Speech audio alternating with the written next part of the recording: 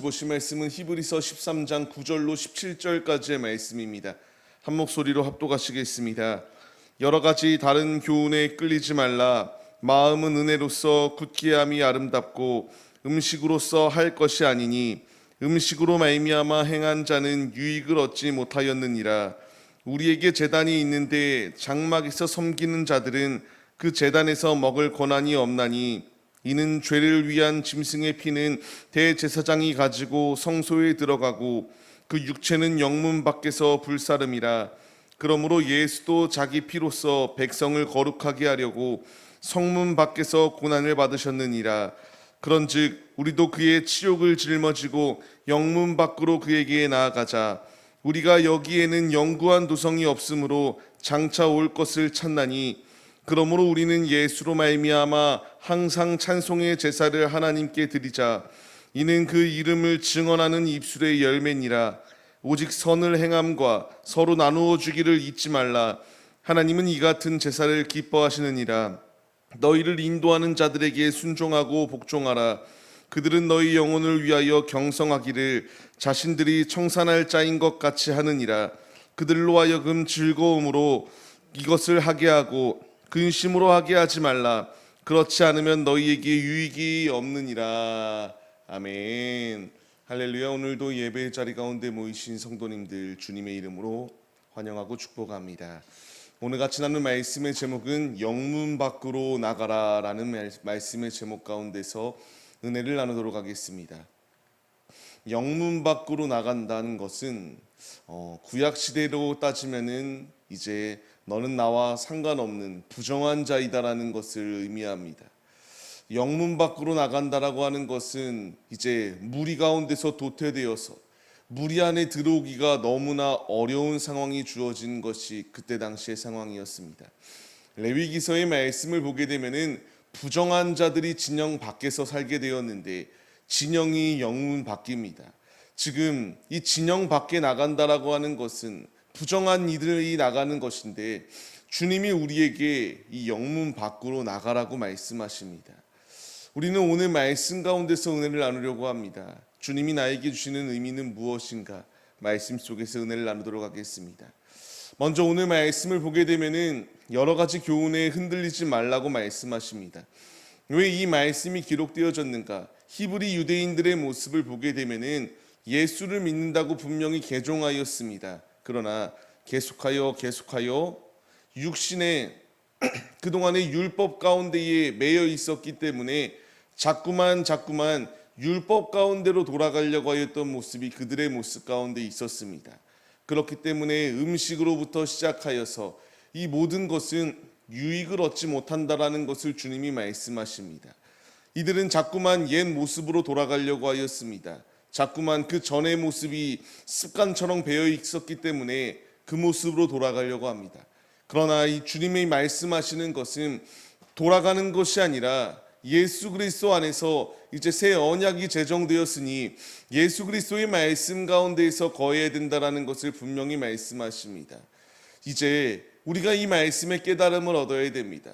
우리 역시 이제 자꾸만 옛 구습 가운데 빠져 살려고 하는 모습이 있습니다. 우리의 자아가 자꾸만 나를 지배하려고 합니다. 주님의 말씀대로 이제 새 피조물로 우리가 창조되었는데 주님의 피조물로서 주님의 뜻을 의지하며 사는 것이 아니라 자꾸만 육신의 것 가운데에 매여 있게 만들려고 하는 이 악한 것들이 끊임없이 우리를 공격해 옵니다. 주님은 이 모든 것은 유익이 없다라고 말씀하십니다. 예수 그리스도 외에 다른 것 가운데는 아무 의미가 없으니 그런 것 가운데 매여 있지 말고 예수께로 나오라고 우리에게 말씀하시는 주의 음성의 깨달음을 얻고 믿음의 길을 걸어가야 됩니다. 우리가 예수님이 우리에게 아직 오지 않으셨다면은 우리는 지금도 이렇게 동물에 잡고 짐승을 잡아 드려야 되는 이와 같은 제사를 드려야 됐습니다. 그러나 예수님이 우리에게 오심으로 말미암아 예수님께서 오심으로 이제 성문 밖에 나가서 고난을 당하심으로 말미암아 이제 우리의 모든 죄가 도말되어지는 놀라운 역사하심이 우리에게 주어졌습니다. 우리는 이 예수 그리스도를 의지해야 된다라는 것을 말씀하십니다. 그 피가 아니어서는 우리가 지금도 동물을 잡아야 됐습니다. 지금도 짐승을 잡아서 제사를 드려야 됐습니다.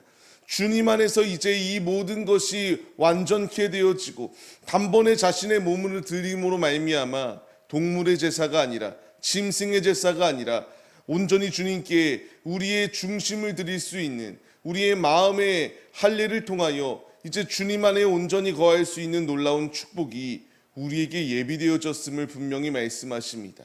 주님이 우리에게 무엇라 말씀하시나요? 13절 말씀과 같이 영문 밖으로 그에게 나가자라고 말씀이 기록되어지고 있습니다.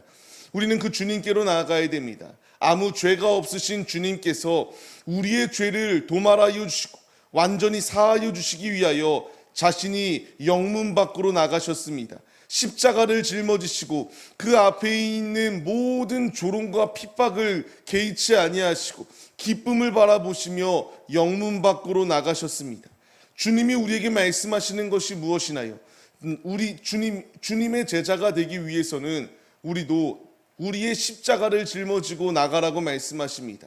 예수님께서 갈보리 산을 오르시고 영문 밖으로 나가셨던 것처럼 이제 우리도 주님의 제자들로서 주님의 군사들로서 매여 있고 자꾸만 우리가 내 옛 구습을 쫓으려고 하는 모습 가운데 놓여 있는 것이 아니라 주의 말씀에 순종하여서 영문 밖으로 주님이 계신 그 십자가의 길을 우리도 걸어가야 된다는 것을 말씀하십니다. 말씀을 받는 성도님들, 우리가 그 길을 걸어가야 함이 마땅합니다. 자꾸만 불순종하려고 하는 모습이 있다면 그 모든 모습은 내려놓으시고 주님이 영문 밖으로 나가셨던 것처럼 우리도 주의 발자취를 따라서 주님의 길을 걸어가기에 앞장서시는 우리의 모습이 되시기를 바랍니다. 우리가 왜 영문 밖으로 나가야 되는가? 14절 말씀을 보면은 이와 같이 나옵니다. 여기에는 영구한 도성이 없다라고 말합니다. 예루살렘은 무너졌습니다. 예루살렘은 완전해질 수가 없었습니다. 하늘의 예루살렘만이 온전할 수 있고 하늘의 도성만이 완전할 수 있습니다. 우리가 벗어나야 될 이유는 땅의 것은 불완전합니다. 불완전한 것을 완전하게 하시리가 예수 그리스도이시기에 우리는 예수께로 나가야 된다는 것을 주님이 우리에게 말씀하십니다. 우리는 이제 주님 안에서 자유함을 얻었습니다. 이제 주님이 영원한 제사를 단번에 자신의 몸을 들이심으로 말미암아 완성하심으로 이제 우리에게 필요한 것은 기쁨의 제사를 올려드리는 것이 우리의 모습이 되어야 됩니다. 주님이 우리에게 골로새서의 말씀을 통하여 위의 것을 찾으라고 말씀하십니다. 하늘의 도성을 바라봐야 되고요. 하늘의 예루살렘을 바라보며 나아가야 됩니다. 땅의 것 가운데에 매여 있지 마라. 이 땅의 것이 불완전하기 때문에 우리에게 영문 밖을 나가서 주님을 의지하고 주님이 걸어가신 그 길을 걸어가라고 말씀하시고 있습니다. 우리가 이 말씀에 이제 깨달음을 얻었다면은 우리의 입술로 찬송의 제사를 올려드려야 마땅합니다. 주님이 우리에게 항상 찬송의 제사를 올려드리라고 말합니다. 이제 우리가 짐승의 제사가 아니라 주님이 자신의 몸을 예수님이 드리심으로 말미암아 어느 곳에서든지 간에 주님을 예배 올려드릴 수 있는 놀라운 축복이 우리에게 주어졌습니다. 우리의 입술 가운데서는 항상 찬송이 넘쳐야 됩니다. 구약에서는 성소 가운데서만 하나님이 임재하셔서 성소 가운데에 나왔어야 됩니다. 그러나 이제 주님이 우리 안에 내주하고 계십니다. 언제나 어디서나 주님을 찬양할 때에 주님이 기뻐 받으십니다. 우리의 입술로 매 순간순간마다 세상의 말을 하는 것이 아니라 하나님의 그 천국 시민으로서 하나님의 언어를 사용하고 천사의 언어를 사용하며 천국 시민으로서 주님만을 높여드리기에 앞장서는 자들이 되시기를 바랍니다. 두 번째로 주님이 나에게 말씀하십니다. 선을 행하기에 앞장서라고 말씀하십니다. 이것이 하나님이 기뻐하는 제사이다라는 것을 분명히 말씀하세요. 우리는 매 순간순간마다 이제 나누어져야 될 것이 선행입니다. 내가 물질이 있건 없건 중요하지 않습니다. 선행이라고 하는 것이 꼭 우리가 물질을 주어라라고 말씀하시는 것이 아니라 도움이 필요한 이들을 돕는 것 또한 포함됩니다. 주님은 우리에게 선을 행함으로 말미암아 서로 나누어 주기를 힘쓸 것을 명령하십니다. 사도행전의 말씀을 보게 되면 베드로는 앉아서 일어나지 못하는 이가 자신에게 구걸하는 상황이 놓여 있을 때에 자식에는 은과 금이 없다라는 것을 분명히 말합니다. 그러나 내가 가지고 있는 예수 그리스도를 너에게 준다라고 말하며 예수 그리스도의 이름으로 일어나 걸으라고 할 때에 걷는 기적이 임하였습니다. 주님이 나에게 원하시는 것은 삶의 자리 가운데서 이와 같이 예수를 나누어 주는 선행을 할 것을 우리에게 가르쳐 주시고 있습니다. 예수를 가르치시고 주의 말씀에 순종하여서 호흡 있는 모든 자들은 주님을 찬송하라고 말씀하시는 그 말씀에 순종하여 매 순간순간마다 주님을 찬양하기에 앞장서시는 우리 모두의 모습이 되시기를 소망합니다.